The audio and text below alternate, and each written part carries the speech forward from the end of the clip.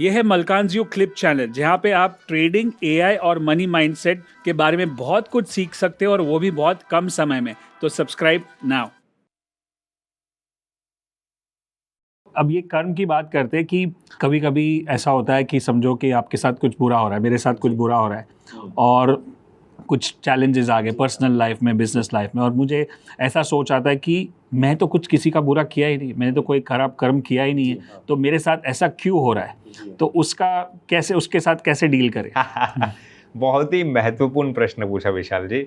इसमें मैं आपको संक्षेप में बताता हूँ कि 3 प्रकार के कर्म हमारे सनातन स्क्रिप्चर्स में। पहला है संचित कर्म, मैं आपको एक एक करके समझाता हूँ।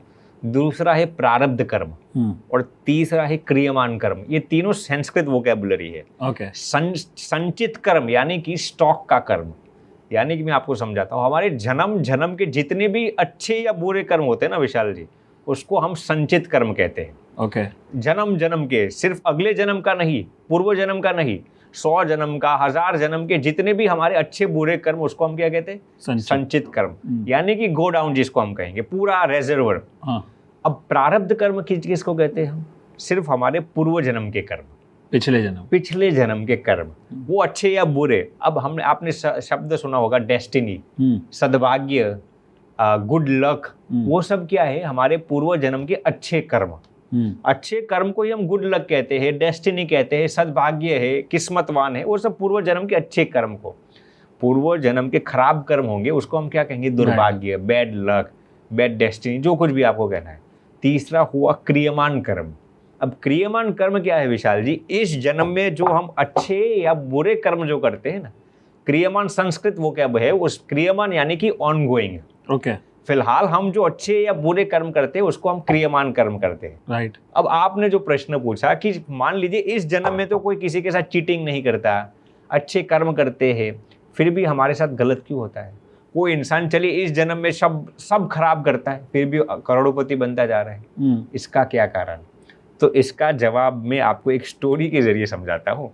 एक गांव में एक संत थे विशाल जी, और उनके 2 शिष्य थे। 2 शिष्य थे, वैसे तो हजारों शिष्य थे, लेकिन 2 शिष्य उनको हर दिन मिलने के लिए आ रहे थे। इसमें एक जो शिष्य था ना विशाल जी, वो हर रात को गलत काम करने के लिए जा रहा था। माने ये पुराने ज़माने में वो सब तवायफ के पास जाना, शराब पीना, ऐसा सब काम कर रहा था। एक शिष्य जो था वो सत्संग के लिए, भजन सुनने के लिए गांव में जा रहा था। दोनों एक रात को अपने अपने वो कार्यक्रम में जाकर वापस घर पे आ रहे थे। एक जो भक्त था वो भगवान का भजन करके रात को वापस आ रहा था। उसको रास्ते में विशाल जी एक बड़ी कील, जो खिला होता है ना, वो नेल जिसको इंग्लिश में कहते हैं, वो उसके पैर में लग गया और सीवियर ब्लीडिंग होने लगा।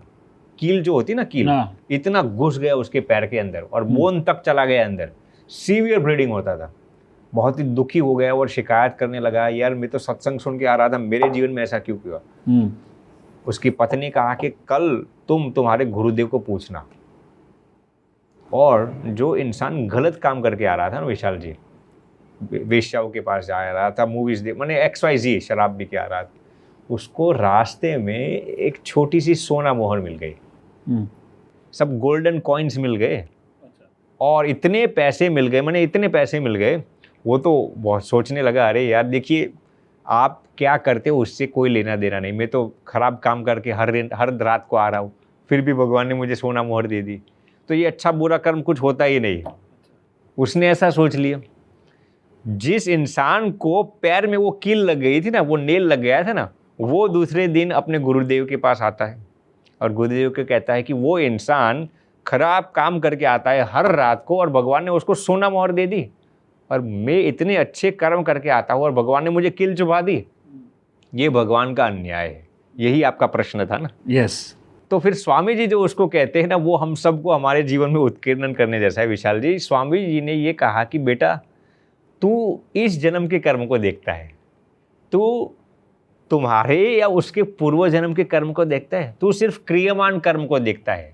3 प्रकार के कर्म हमने आपको समझाए ना, तू सिर्फ क्रियमान यानी कि इस जन्म के कर्म को देखता है, तू संचित कर्म को नहीं जानता। बेटे तुमने पूर्व जन्म में इतने बुरे कर्म किए हैं ना कि कल रात तुम्हारी मृत्यु लिखी हुई थी। क्या लिखा था? मृत्यु लिखी हुई थी तुम्हारे कुंडली में, लेकिन तू इस जन्म में सत्संग करता है, लोगों की भलाई करता है, लोगों की सेवा करता है, तो भगवान ने तेरी मृत्यु को टाल कर सिर्फ एक कील से तुझे छोटा सा दुख देकर तुम्हारा सभी दुख समाप्त कर लिया। अब तू तो यही सोचता है कि यार मुझे तो कील लग गई, तुझे ये तो मालूम नहीं कि आज तुम्हारी मृत्यु लिखी गई थी और वो भी खून होने वाला था तेरा। लेकिन भगवान ने वो सब दुख टाल कर सिर्फ एक छोटी सी कील से तेरा दुख ठीक कर दिया। और वो जो इंसान जो गलत काम करके हर रात को आ रहा है ना, आज उसके भाग्य में एक बड़ा राजा बनने का लिखा हुआ था। क्या? राजा बनने का लिखा हुआ था, लेकिन भगवान ने इस जन्म में वो सब गलत काम करता है, वो सभी पुण्य को नष्ट करके सिर्फ एक छोटा सा सोना मोहर दे दिया और उसके अच्छे कार्यों का फल उसको दे दिया। अब तू तो यही सोचता है कि इस जन्म में ये करता हूँ, इस जन्म में वो खराब काम करता है। दोनों एक दूसरे के पूर्व जन्म के कर्म नहीं जानते ना। पूर्व जन्म में उस बंदे ने इतने अच्छे कर्म किए थे कि आज वो राजा बनने वाला था, लेकिन भगवान ने उसने इस जन्म में खराब कर्म किए तो उसके सभी पुण्य को नष्ट करके सिर्फ सोना मोहर दे दी। तो ये बात है विशाल जी, हम सिर्फ इस जन्म के कर्म को देखते हैं, हमें हमारे संचित कर्म को भी देखना पड़ेगा ना, हमारे पूर्व जन्म के भी कर्म को देखना पड़ेगा ना। Right, yes. अगर आपको ये वीडियो अच्छा लगा और आपको लगता है कि आपको और सीखना चाहिए एआई के बारे में, ट्रेडिंग के बारे में और मनी माइंडसेट के बारे में, देन सब्सक्राइब नाउ